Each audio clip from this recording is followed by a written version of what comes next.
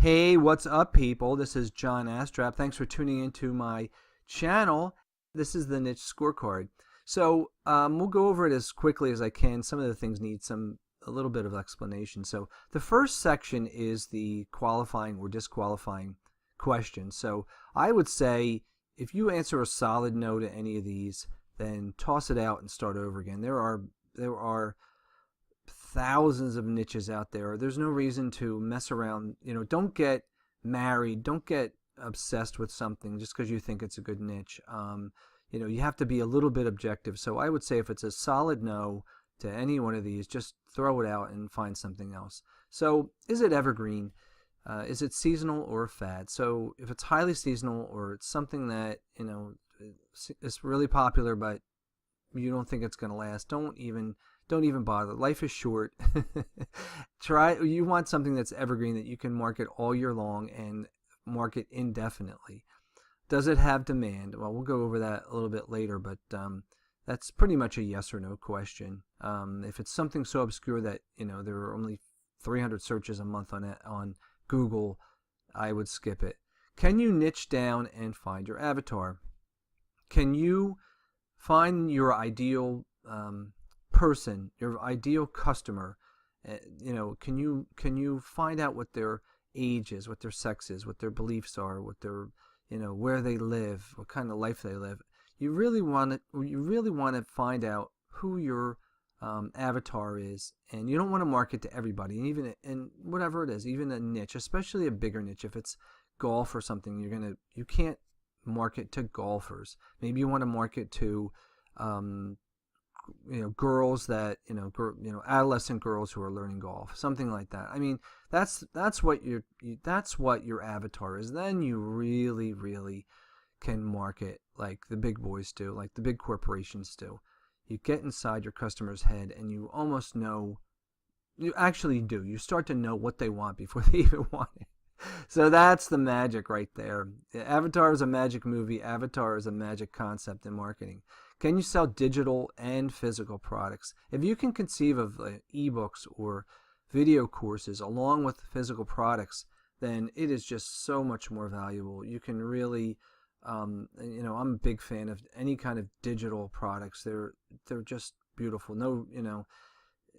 There's no shipping, there's no inventory. If there's a return, it's not a big deal. It's all done, online. And so if you can think of, if your niche, let's say golf, for example, courses, you can come up with dozens of courses, and that's really where the money is, along with the physical products. Can you create ongoing social media content? Well, the niche approach requires that you have a tribe, that you have followers, that you have subscribers. So if it's a niche where you don't really don't know what to say about it. If you can't come up with new stuff, there's no reason for anybody to follow you. So think of this long and hard, because this is really the crux of it. If you can get a following, and if you can keep giving them content and useful, interesting content, then every once in a while you throw in a teaser about a new product that's coming out, or a new course that you're creating. That's how you make lots of money. Is it sustainable? Is there repeat business in some way or fashion? That is really huge, because you don't want to just a business where you sell one and done. You sell a tchotchke or something, and the person buys it, and you never see them again. That's a treadmill that you want to get off of. Okay. So let's look, briefly at the different segments. So demand. Google used to, if you have a Google AdWords account, you could go on, and you could go and find number of searches. I think they do between 10 and 100,000 now. So that's just ridiculous. I would try merchantwords.com. They have, I think you can get 3 free searches per day, and they give you a more accurate idea of what these monthly searches are on Google. So here's your ratings. Is it competitive? You can go on Google and they will tell you whether it's low, medium, high, whatever your keyword is. So that's kind of a rough estimate of competitiveness. There are better tools like Longtail Pro and SEM Rush and things like that. But for just a rough estimate, you can go on Google AdWords. What products can you produce? Can you produce a video course? Can you sell physical products? Can you produce ebooks? All right, here's your corresponding points. Okay, what type of social media that can you create? What does it lend it to? Videos, podcasts, blog posts, images. Here's your avatar. So these are if you can, and if you can even think of more outside of this. Their sex, their age, their income, marital status, where they live in the country, how much education they have, ethnicity. You could also, religion, politics, whatever you can think of to think the way that your avatar thinks. Give yourself extra credit if you can think of even more stuff. So, sustainability. Or is the product you're selling consumable? Do they have to reorder it? Can you produce new products on a regular time basis, let's say monthly, either digital or physical products? Can you conceive of a monthly membership opportunity? Well, if it's golf or fishing or tennis or even needlepoint or crochet or whatever, you can have tips. You can have a Facebook group that people have paid to be members of. So if you can think of that, give yourself some points.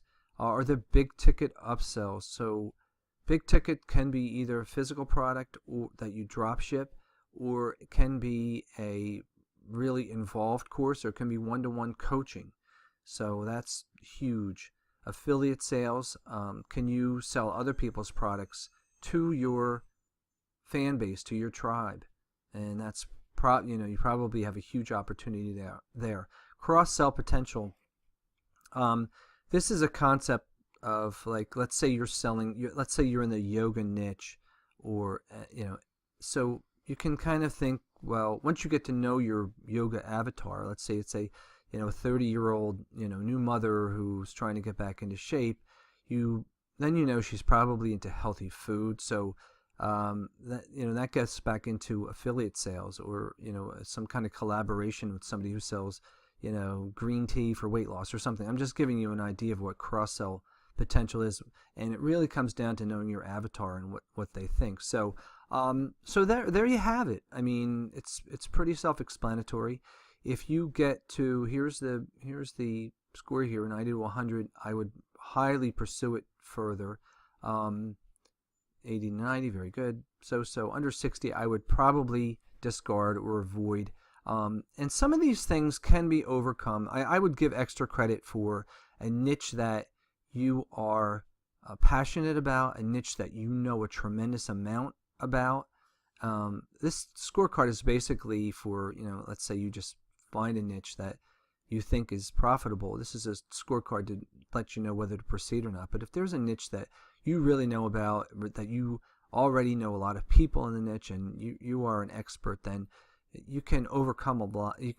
Let's just say you can give yourself some extra credit, whatever, 5-10 points extra credit. So you might bump up from a 60 to a 75 or whatever. So that's a little bit of a consideration as well. So but again, if it's a niche that you're just looking at, and same thing, it's happened to me before. You get a product that you think is a great idea, and you just fall in love with it, and you get married to it, and you kind of disregard the bad sides. So here's a kind of objective way to give yourself a scorecard, give yourself a score on your niche, and determine whether you should proceed further. And remember, it is right in front of you. Opportunity to make money is right in front of you. Grab it and make it real, okay? Cheers.